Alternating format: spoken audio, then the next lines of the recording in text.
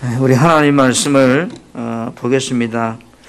구약성경 신명기 1장 오늘은 1절에서 8절 말씀인데요.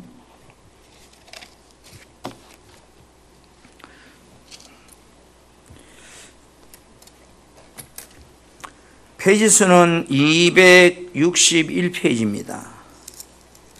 전체 말씀 다 보아야 되지만 오늘 8절까지를 먼저 보겠습니다.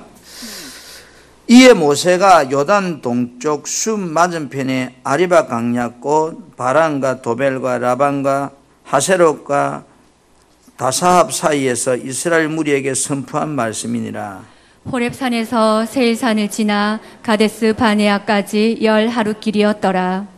40째, 11째 달, 그 달 첫째 날에 모세가 이스라엘 자손에게 여호와께서 그들을 위하여 자기에게 주신 명령을 다 알렸으나 그때는 모세가 헤스본에 거주하는 아모리 왕 시온을 쳐 죽이고 에드레이에서 아스다롯에 거주하는 바산 왕 옥을 쳐 죽인 후라. 모세가 요단 저쪽 모압 땅에서 율법을 설명하기 시작하였더라. 일렀으되 우리 하나님 여호와께서 호렙산에서 우리에게 말씀하여 이르시기를 너희가 이 산에 거주한 지 오래니 방향을 돌려 행진하여 아모리 족속의 산지로 가고 그 근방 곳곳으로 가고 아라바와 산지와 평지와 네겝과 해변과 가나안 족속의 땅과 레바논과 큰 강 유브라데까지 가라. 내가 너희의 조상 아브라함과 이삭과 야곱에게 맹세하여 그들과 그들의 후손에게 주리라 한 땅이 너희 앞에 있으니 들어가서 그 땅을 차지할지니라. 아멘. 여러분, 믿음으로 산다는 것은 결론을 말하면 복 받고 사는 겁니다. 한번 따라합시다. 나는 믿음으로 살리라. 근데 믿음으로 산다는 것이 쉬울까요? 어려울까요? 어려워요. 네, 쉽기도 하고 어렵습니다. 물고기가 물에서 사는 것이 쉬워요? 어려워요? 쉽습니다. 왜 그럴까요? 물고기가 되려 물 바깥에 사는 것이 더 어렵습니다. 내가 바른 신앙을 가지고 있다면, 내가 성령 충만하다면 믿음으로 사는 것은 너무너무 쉬워요. 그러나 반대로 성령으로 살고 있지 못한 사람은 믿음으로 산다는 것이 힘들죠. 방송실 나를 좀 보고 조명 좀 조절해 줘요.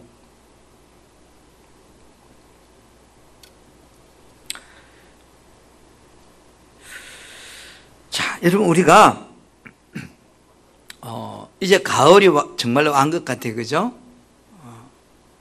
그래서 시원해요. 시원하니까 과일도 어때요? 이제 아름다운 열매를 맺어가는데 한 해의 열매들을 여러분도 이제 맛이 들어가는 신앙이 되어야 돼요. 할렐루야. 오늘은 우리가 이제 지난번까지 민수기 말씀을 나눴습니다. 오늘부터는 우리가 이제 신명기 말씀을 나누게 되는데 오늘 신명기 1장 1절부터 8절 말씀을 통해서 한번 따라해보자. 성도의 삶은 순종이다. 신명기는 모세가 기록한 모세 오경 중에서 마지막 책입니다. 이 신명기란 말은 히브리 성경으로 말하면 그 말씀들 원어는 생략합니다. 그 다음에 영어 성경으로 말하면 두 번째 율법서, 한국말로 말하면 율법을 다시 한번 자세히 풀어서 설명하는 책, 이런 말이 신명기라는 의미입니다.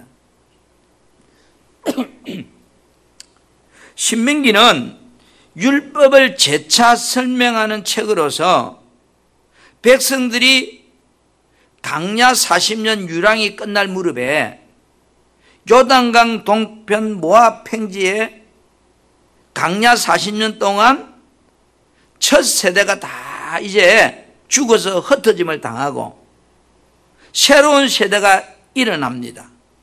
하나님께서 그들에게 다시 한번 시내산 40년 전에 주었던 시내산 율법을 말씀해 주실 필요가 있었기 때문에 모세를 통해서 출애굽한 2세들에게 전하는 말씀으로 이 신명기는 하나님과 이스라엘 백성들 사이에 체결된 언약의 관계, 약속의 관계, 그 어떤 삶의 문제보다도 시급하고 중요한 것이 하나님의 약속이라는 것을 다시 한번 그들에게 전해주고 있는 말씀이에요. 너희들의 삶에 그 어떤 것보다 중요한 것이 하나님의 말씀의 약속이다. 신명기는 모세 오경에 창세기, 출애굽기, 레위기, 민수기의 결론적인 교훈을 우리에게 신앙생활에서 말해주고 있어요. 모세는 백성들에게 하나님의 율법을 세 편의 설교 형식으로 전해줍니다. 지나간 광야 40년의 역사를 쭉 요약하면서 하나님의 사랑과 하나님의 은혜를 새로운 2세들에게 강조합니다. 그래서 우리가 모세의 세 편의 설교를 보면 분명한 세 가지 목적을 가지고 모세가 율법을 강론하고 있다고요. 첫째는 어떤 의미를 가지고 있는가 하면 시내산 언약의 주역들이 가데스 바나에, 그죠? 민수기 14장에 불순종 사건으로 광야 40년 동안 유리하는 동안 다 죽어갔다. 광야 생활 중에 새로 태어난 신세대들에게 율법을 다시 한 번 더 교육함으로써 약속의 땅에 들어가서 경건한 백성으로 살도록 하기 위해서 모세는 첫 번째 설교를 합니다. 그리고 두 번째는 9세대들이 1세대들이 원망과 불평으로 인하여 초래된 빼저린 그 경험들을 회상하면서 도덕적 타락을 막고 순종의 중요성을 깨우쳐서 거룩한 삶을 저들이 앞으로 살도록 하기 위해서 두 번째 설교를 합니다. 세 번째는 하나님께서 이스라엘 백성들을 애굽에서 어떻게 지금까지 인도해 내셨는지, 왜 가나안 땅에 너희들을 들여보내는지를 설명함으로써 저들이 앞으로 하나님의 언약을 지킴으로 복을 받고 사는 자손들이 되도록 하기 위해서 율법을 강론해 주는 거예요. 이 세 가지 의미를 가지고 하나님의 율법을 1차, 2차, 3차식으로 설교식으로 전하는 것이 신명기입니다. 그런데요, 신명기를 기록한 목적은 한마디로 뭐냐 하면 구원받은 자의 삶은 오직 순종. 이게 답입니다. 오직 순종. 신명기 말씀은 구원받은 자는 하나님 말씀 앞에서 어떤 순종? 절대적인 순종 생활이다.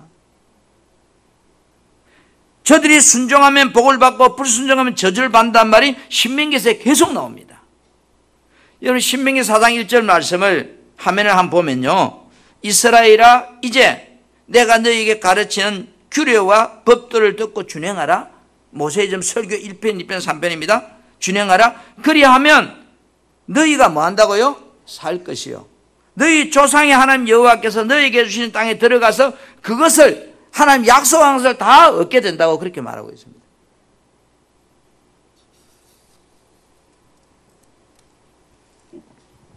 우리는 오늘부터 이 하나님께서 주시는 신명기 말씀의 설교를 시작하면서 광야 교회 성도들에게 하나님께서 하셨듯이 지금도 하나님은 우리들과 함께 하시고 여전히 하나님은 우리들의 머리털까지 세시고 불꽃 같은 눈으로 우리를 지켜보시고, 그죠?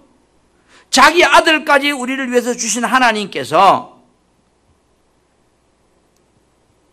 내가 너와 함께 하겠다는 겁니다. 로마서 8장 32절에 뭐라 그래요? 그 아들과 함께 모든 것을 우리에게 주시지 아니하겠느냐? 하나님은 우리들에게 아낌없이 복을 주겠다는 것이 신명기서의 목적입니다. 여러분 어떻게 살래요? 하나님이 주시는 복을 마음껏 받고 살고 싶습니까? 아니면 막 이럭저럭 그렇게 살고 싶습니까?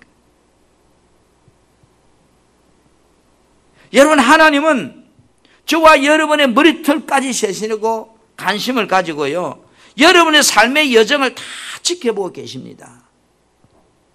이걸 믿으셔야 돼요. 하나님이 나를 보고 있다고.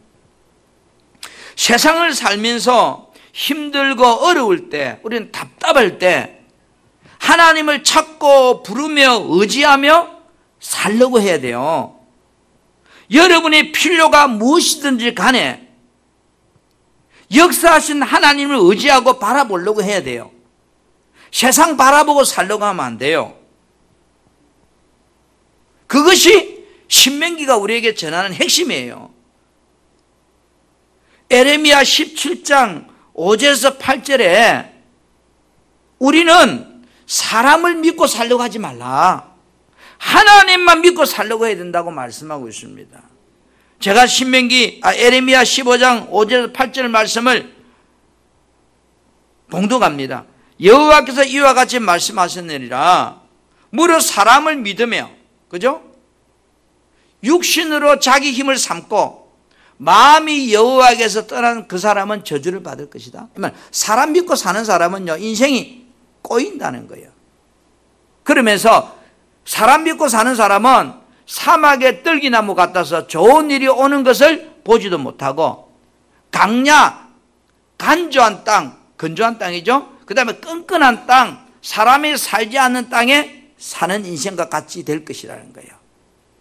그러나 시작. 물은 여호와를 의지하며 여호와를 의뢰하는 그 사람은 복을 받을 것이라.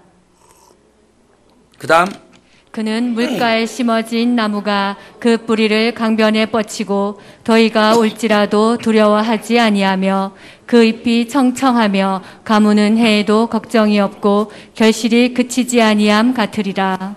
아멘. 오늘 신명기서는요, 내가 어떻게 살래? 세상을 사는 동안 어떻게 살래? 사람 의지하고 내 지식과 지혜와 경험을 가지고 살래? 아니면 때로는 이해가 안 되고 말도 안 되는 말씀이라도 하나님 말씀 붙잡고 몸부림치며 살래? 어느 쪽을 살래? 세상 의지하고 살면 너 인생의 삶은 마치 적막한 사막 위에서 살아가야 되는 것처럼 고통스러울 것이지만, 하나님 바라보고 사는 인생은 정말로 시냇가에 심은 나무처럼 그 인생이 아름다운 결실을 맺고 사는 인생이 된다는 것을 신명기서가 우리에게 말하는 핵심이에요. 우리 사랑하는 풍성한 교회 성도 여러분, 신명기 말씀이 저와 여러분을 향하여, 나의 가정을 향하여 하나님께서 오늘 주시는 말씀이 되어야 돼요. 축복과 저주는 누가 선택해요? 내가 선택하기에 달렸기 때문입니다. 영적으로 사람이 살지 않는 사막에 살 것인가? 아니면 강변의 뿌리를 받고 잎사귀가 언제나 청청하여서 풍성한 열매를 맺고 사는 그런 인생의 삶을 내가 살다가 갈 것인가? 하나님은 하늘과 땅의 모든 권세를 가지고 계신 분이십니다. 지금도 자신의 능력으로 모든 만물을 붙들고 있다고 말씀하시는 분입니다. 여러분, 이제 모압 평지에서 가나안 땅을 점령하며 성을 공격하고 그 가나안 땅을 들어가려고 하면 어떻게 해야 됩니까? 인간적인 생각으로는 좋은 탱크도 준비하고 좋은 비행기도 준비해가지고 최신 무기를 가지고 적보다 좋은 무기를 준비하고 전략을 세우고 이래야 그 가나안 땅을 정복할 수 있잖아요. 싸움을 하려고 하면 무기가 필요하잖아요. 그런데 보세요. 가나안 땅을 점령하려고 하면, 분명히 성을 공격하려고 하면 무기가 필요한데, 하나님께서는 싸움에 필요한 무기도 말씀 안 해요. 싸움의 전략도 말씀 안 해요. 가나안 땅 입성을 앞에 두고서 백성들을 모아놓고 하시는 것이 뭐냐면 하나님의 율법을 모세를 통해서 전하고 있습니다. 안 맞잖아요. 좀 전쟁하러 가야 되는데, 얘들아, 곡사포는 이렇게 싸는 거야. 우리가 여리고성 어느 쪽을 공격하자. 이런 작전을 써야 되는데 그런 건 안 하고 하나님께서 지금 이제 모아놓고 하시는 이야기가 하나님의 율법을 말해주고 있는 거예요. 그 이유는 가나안 땅을 차지하는 것은 하나님께서 여러분을 인도해 주실 것이다. 오직 여러분들은 하나님 말씀을 지켜 행하기만 하면 그 가나안 땅은 내가 너희들에게 인도해 주겠다는 겁니다. 세상 사람들은요, 자신의 어떤 능력과 어떤 철학과 사상과 어떤 방책을 의지하고 해보려고 이렇게 몸부림을 칩니다. 그러나 구원받은 우리 성도들은 세상 만사 하나님께서 일하심을 믿고서 하나님께서 말씀하신 약속을 붙잡고 기도하고 몸부림치면서 세상에 사는 그런 존재들이라는 것을, 하나님 말씀 앞에 순종하는 존재들이라는 것을 신명기를 통해서 우리에게 말씀하고 있습니다. 다르잖아요. 한번 따라합시다. 10하루길이었더라. 10하루길이었더라. 오늘 신명기 1장 1절부터 2절에 보면, 그죠? 저들이 지금 모압 평지에 도착했는데 2절에 호렙산에서 세일산을 지나 가데스 바네까지 며칠 있다고요? 10하루길이었더라. 이 말이요. 10하루길이라는 말은 모압 강야에 오기까지 지난 38년의 삶의 역사에 대한 한마디로 딱 줄여서 해고한 내용입니다. 120세가 된 고령의 모세는 백성들에게 말씀을 선포하면서 왜 11일이라고 하는 여정을 말씀하고 있는 것일까요? 고령의 모세는 백성들에게 말씀을 선포하면서 왜 이 말을 첫 서두에 신명기에서 이야기하고 있을까요? 지난날 가데스 바나에서 하나님께서 약속하신 가나안 땅에 들어가기 위해서 그때 가데스 바나에 도착해서 12명의 정탐꾼들을 가나안 땅에 들어가서 그 땅이 어떠한지 보고 와서 보고하라고 했잖아요. 민수기 14장인 거죠. 그들이 가서 보고 와서 좋기는 좋은데 우리는 그들과 싸워서 이길 수 없고 못 들어간다고, 안 된다고, 불가능하다고, 다시 돌아가자고, 그죠? 이런 보고를 전하자 백성들은 그 보고를 듣고 원망하고 땅을 치고 통곡하고 난리가 났죠. 하나님께서 원망하고 불평하는 저들에게 다시 강야로 돌아가라고 했습니다. 11일이면 갈 수 있는 길이 돌고 40년이 걸려서 다시 원점 모압 강야에 왔다 이 말이에요. 다시 한번 여러분 우리 신명기 1장 2절 말씀을 큰 소리로 한번 합독하겠습니다. 호렙산에서 시작. 호렙산에서 세일산을 지나 가데스 바네아까지 10하루길이었더라. 따라 합니다. 11일이면 갈 수 있는 길이 11일면 갈 수 있는 길을 38년이나 걸렸구나. 38년이나 걸렸구나. 여러분 이 말씀을 지금 읽으면서 여러분 가슴에 어떤 느낌이 없어요? 아이고 참 불쌍하다.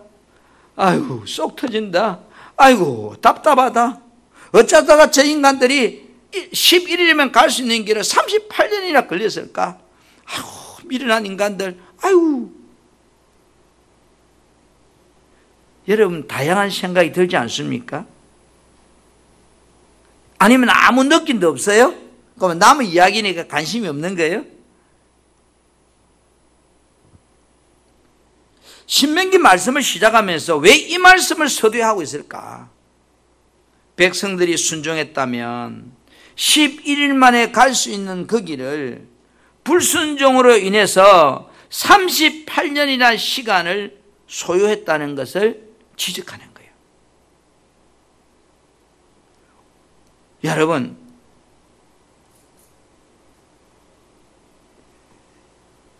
우리가 한번 생각해 보세요. 하나님은 우리들에게 한마디로 불순종이라는 것이 얼마나 무서운 죄고 그 불순종의 대가가 얼마나 큰지를 서두에서 말하고 있는 겁니다. 우리는 하기 싫어요, 못해요, 안 해요 뭐 이렇게 단순하게 생각하는데, 하나님의 관점에서 우리가 못해요, 안 해요, 싫어요 하는 이 불순종을 하나님의 생각하는 관점은 우리와 전혀 다르다는 거예요. 열 하루길이었더란 말을 들으면서 저 백성들의 삶이 안타깝고 불쌍하다는 생각이 들지 않습니까?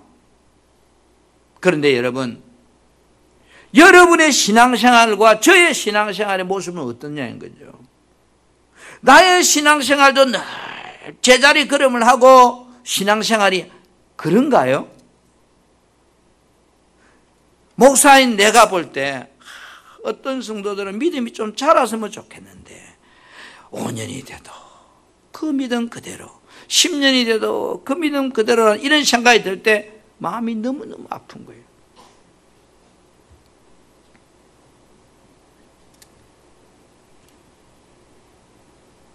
여러분의 믿음이 제자리 걸음을 하고 있지는 않는가? 다람쥐가 쳇바퀴를 돌듯이 그 자리에서 돌고 지치면 또 내려다 쉬었다가 또 돌고 백날 돌아봐야 그 테두리 안에서만 돌아요. 다람쥐 행복은요, 쳇바퀴를 빠져나와서 자연으로 도망가는 거예요. 그게 행복이에요.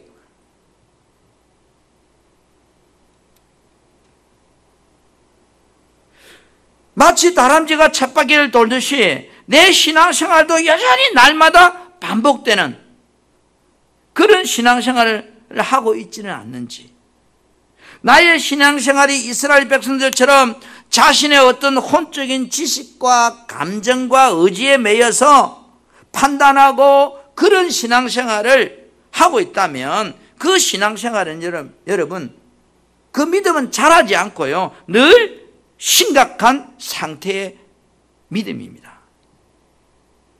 구원받은 성도는 시간이 지나도 영적 신앙이 자라지 않을 때 심각한 문제가 그 빈자리를 들어옵니다. 신앙은 하나님 말씀 앞에 내 생각을 내려놓고 예스, 순종할 때 그 믿음이 신앙이 자라는 거예요. 그러니까 순종의 양과 믿음의 양이 같은 겁니다. 신앙은 순종할 때만 자라요.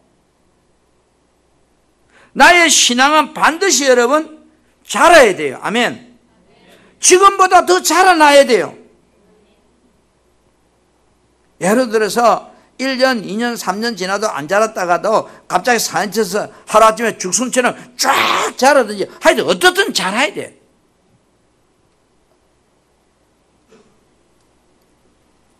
왜 하나님 그러죠? 1년만 더 참아주라고. 그래서 내가 걸음을 주고 열심히 해도 자라지, 열매 맺지 않으면 그때 찍어버리라고. 왜? 믿음이 자라지 않으면 주님이 찍어내버립니다. 어떤 성도가 10년 전에 보았을 때나 지금이나 그의 행동이나 말이나 신앙생활이 달라지지 않는다면 굉장히 위험한 겁니다. 주님은 뭐 한다고요? 잘라 없애라. 땅만 허비한다. 호렙산에서 세일산을 지나 가데스 바네까지 10하루 길이었더라. 이거는 뼈아픈 이야기입니다. 그들의 믿음이 불순종으로, 원망과 불평으로 11일이면 가야 될 그 길을 38년을 다람쥐 쳇바퀴를 돌았다. 이스라엘 백성은 40년 동안 광야에서 전진도 없는 늘 돌고 도는 그 생활을 했습니다. 우리 사랑하는 성도 여러분, 신앙이 시간이 지나도 진보하지 않고 성장하지 않는 믿음은요, 어떻게 된다고요? 그 인생이 불행해진다고요.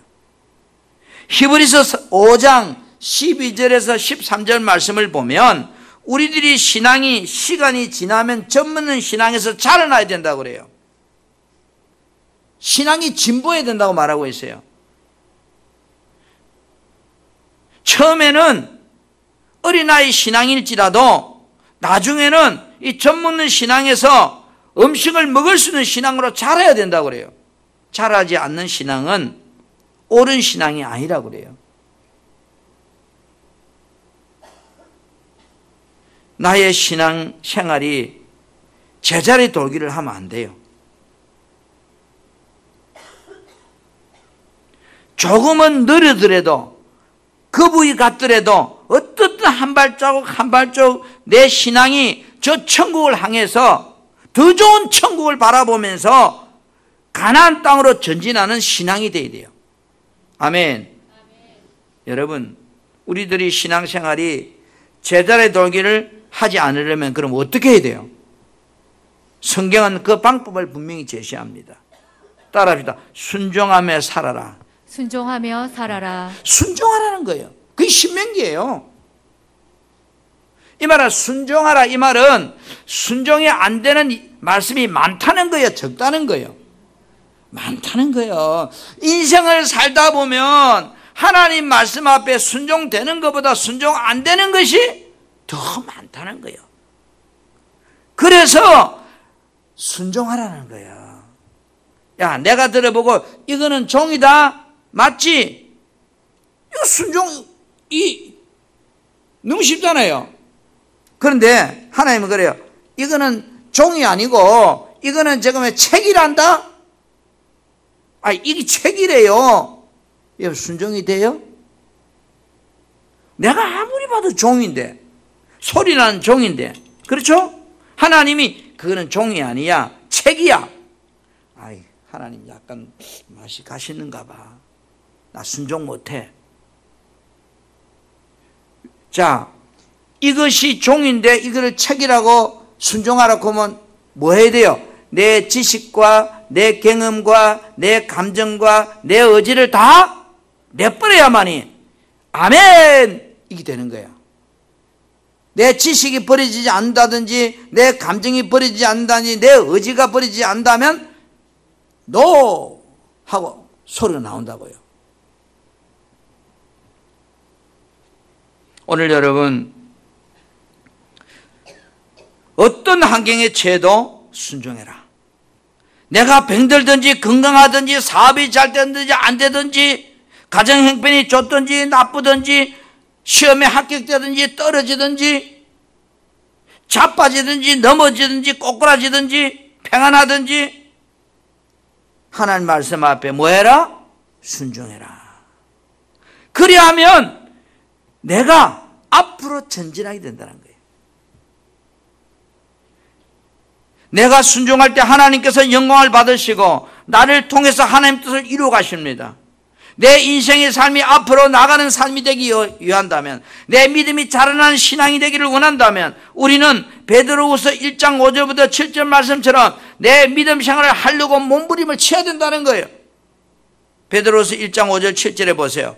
너희가 더욱 힘써 너희 믿음의 덕의 지식을, 지식의 절제를, 절제의 인내를, 인내의 경건을, 경건의 행제의 우애를, 행제의 우애의 사랑을 더하라 말아.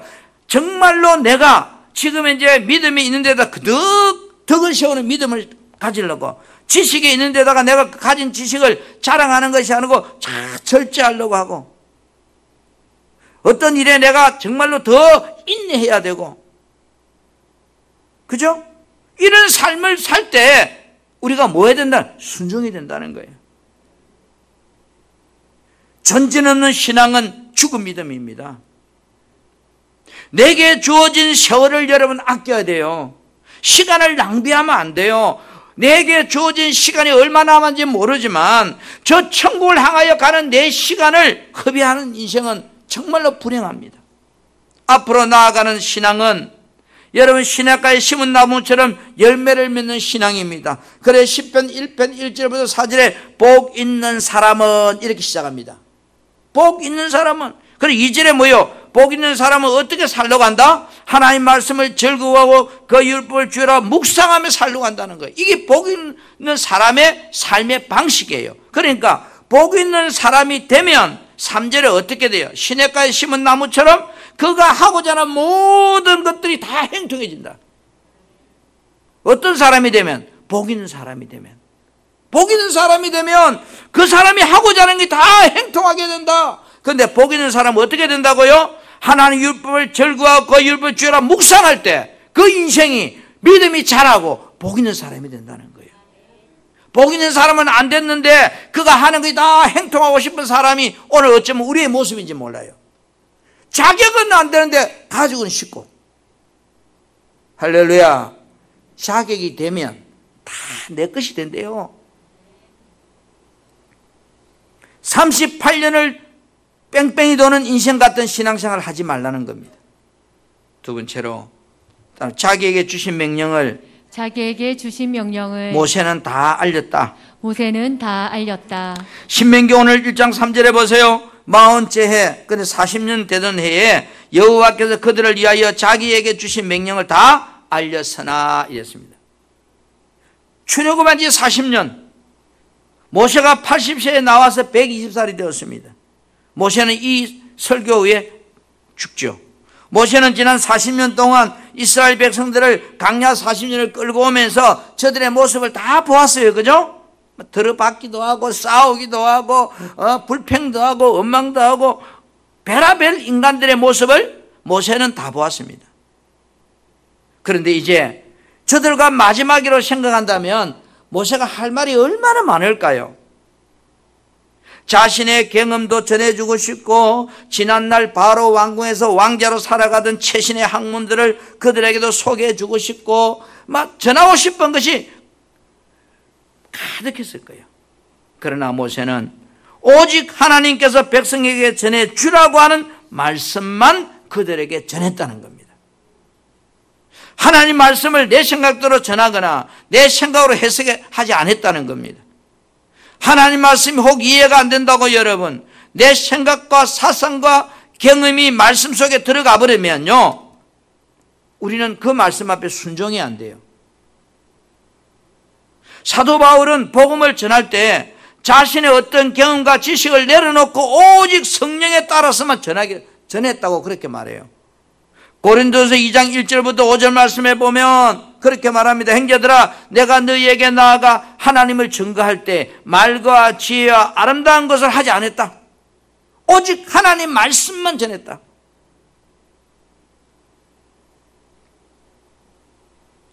오늘 여러분들이 송승일 목사가 설교하네 그렇게 생각하지 마시길 바랍니다. 하나님께서 목사님을 통해서 오늘 나에게 말씀을 주시는구나 이렇게 생각해야 됩니다. 하나님께서 지금 나에게 말씀하신다고 생각하고 하나님 말씀을 받으려고 해야 됩니다.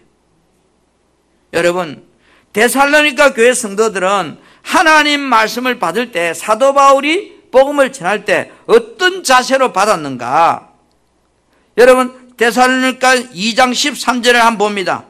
우리가 하나님께 끊임없이 감사함은 시작. 너희가 우리에게 들은 바 하나님의 말씀을 받을 때 사람의 말로 받지 아니하고 하나님의 말씀으로 받음이니. 아멘. 됐어요. 사도 바울이 복음을 전해줄 때 데살로니가 교회 성도는 어떤 자세를 받았다고요? 하나님이 지금 내게 말씀하신다고 하는 자세로 사도 바울이 전하는 말씀을 받아먹었다는 거예요. 오늘 저와 여러분도 그런 성도가 되기를 축복합니다. 모세가 이스라엘 자손에게 여호와께서 전하라고 하는 말씀만 전했다는 거예요. 모세는 이스라엘 백성들이 반드시 순종해야 될 말씀을 다 전해주었습니다. 앞으로 가나안을 차지하는 일은 하나님께서 말씀하신 대로 순종하면 너희들 다 된다.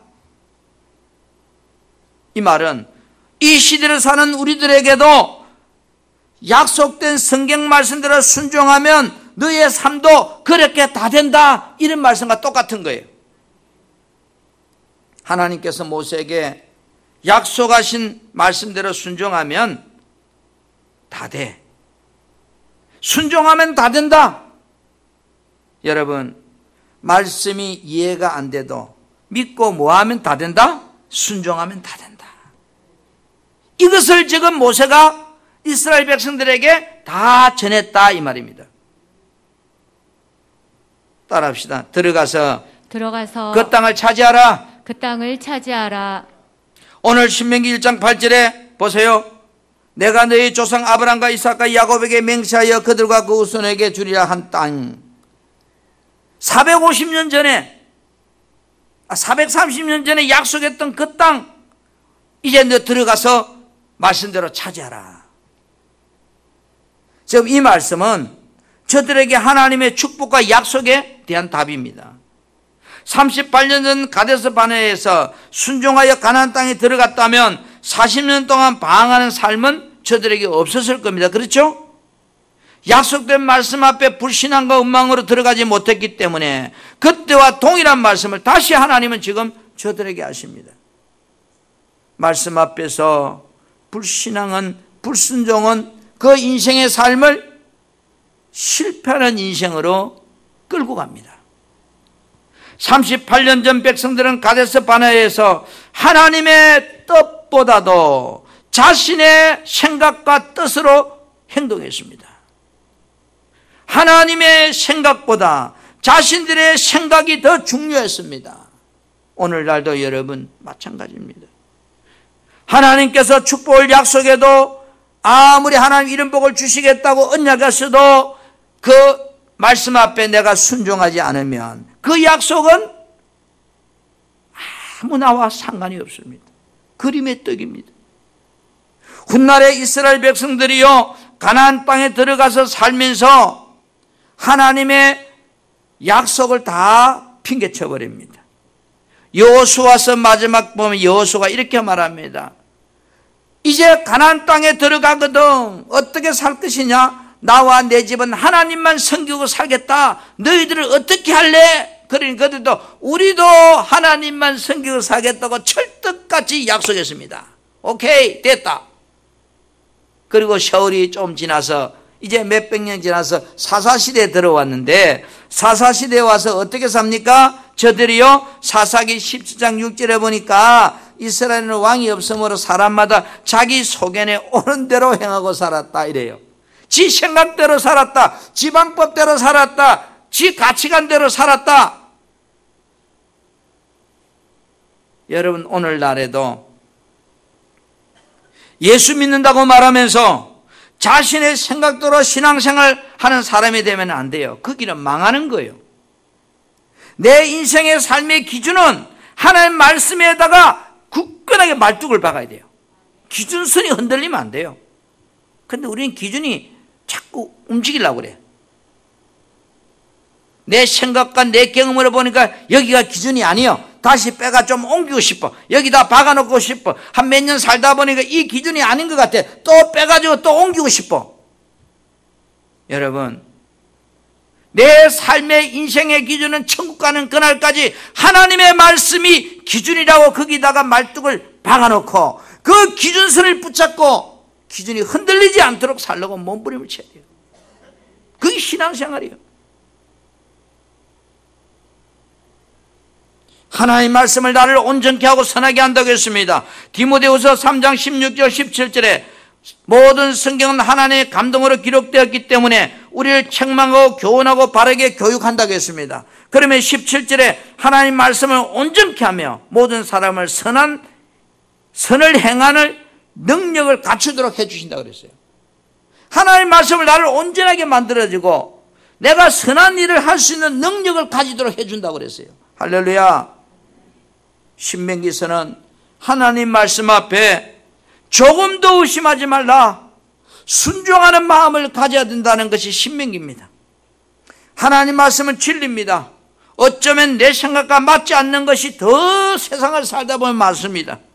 그래도 하나님 말씀을 청종하고 순종해야 된다는 것이 신명기가 전하는 핵심입니다. 강야 같은 인생길에서 문제를 만날 때 내 생각들, 내 방법들, 내 어떤 느낌들, 어떤 내 감을 따라서 여러분 신앙생활 하려고 하지 마세요. 하나님의 생각은 내 생각과 달라요. 그죠? 너희 생각과 내 생각 하늘과 땅 차이라고 그랬어요. 우리의 계획과 너무너무 반대가 될 때도 있습니다. 여러분 보세요. 하나님은 오늘 본문 6절에 저들이 들어가서 얻게 될 땅에 대해서 자세하게 말씀합니다. 신명기 1장 6절에 우리 하나님 여호와께서 호렙산에서 우리에게 말씀하여 이르시기를 너희가 이 산에 거주한 지 오래니 방을 돌려 행진하여 아모리 족속의 산지로 가고 그 근방 곳곳으로 가고 아라바 산지와 평지와 네겝과 해변과 가나안 족속의 땅과 레바논과 큰 강 유브라데스까지 가라. 여러분 보세요. 방향을 돌려서 백성들이 지금 이제 어떻게 알아보는가 하면 출애굽하여서 호렙산으로 올 때는 동남쪽을 진행해서 들어왔는데 호렙산을 떠날 때는 북동쪽으로 나가라고 말합니다. 아모리 족속 산지로 가라고 말합니다. 그 근방 곳곳으로 가서 아라비아 산지와 평지 네개 해변가로 올라가라고 말합니다. 그 다음에 가나안 땅과 레바논과 큰 유브라데 강까지 너희들이 나아가라고 말합니다. 하나님은 여러분 우리의 삶의 방향까지도 이렇게 세심하게 관찰하시고 인도하시고 지시하시고 통치하시는 분이십니다. 하나님께서 세심하게 우리를 간섭하고 여러분의 인생을 보살피고 있다는 걸 기억하셔야 돼요. 약속된 하나님의 말씀이 여러분 이해할 수 없어도 의심을 버리고 순종하면 하나님께서 인도해 주십니다. 목사님 저도 그래요.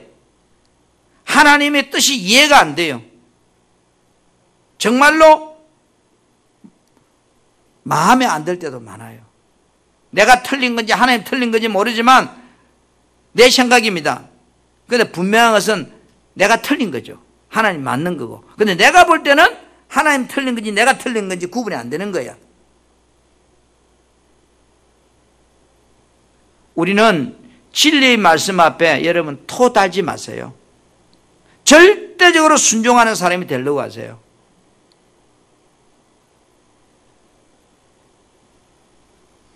삶이 힘들어도 약속된 말씀을 붙잡고 그 길을 가려고 몸부림을 치세요.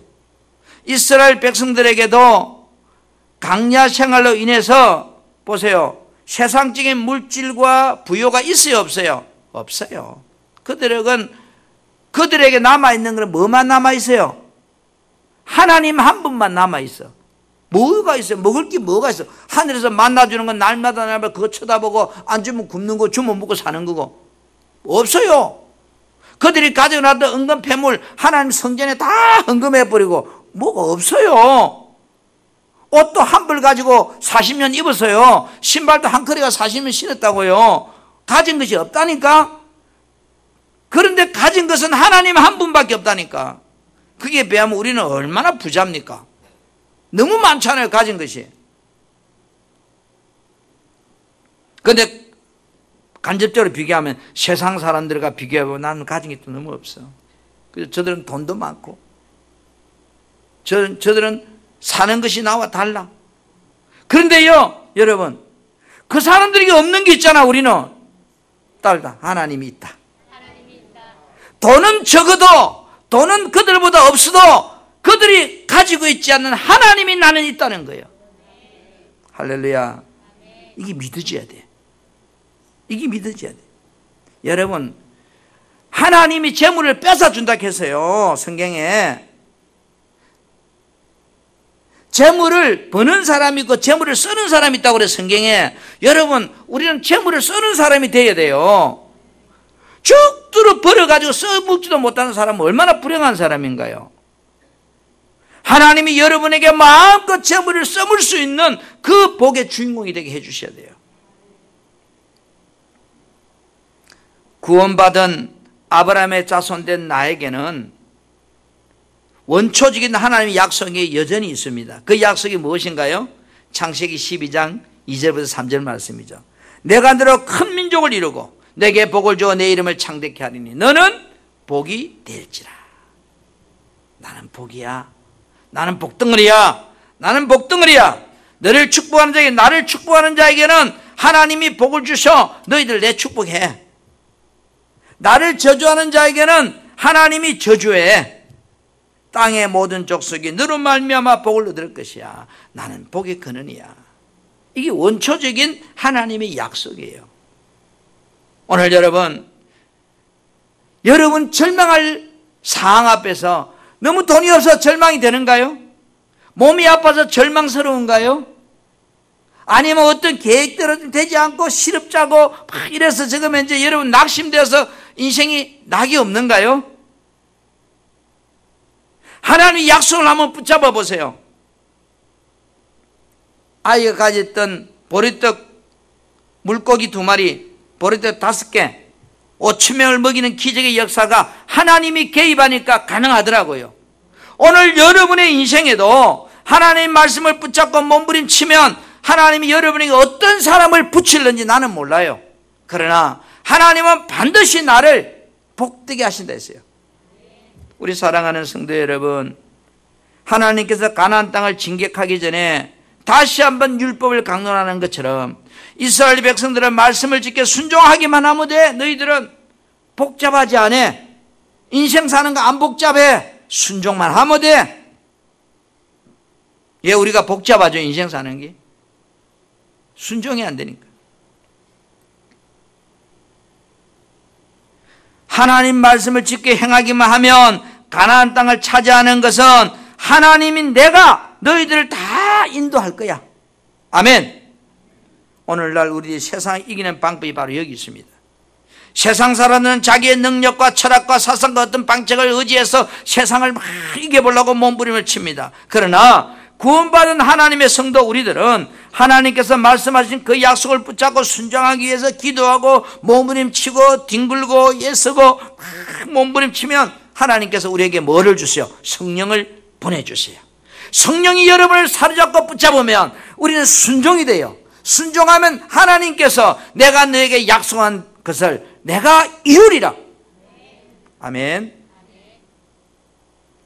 세상 사람은 능력과 철학과 사상과 방책을 가지고 몸부림치지만 우리는 하나님의 성령이 내 안에 역사하기 위해서 몸부림치면 그들의 노력보다도 우리의 노력이 훨씬 더 위대해집니다.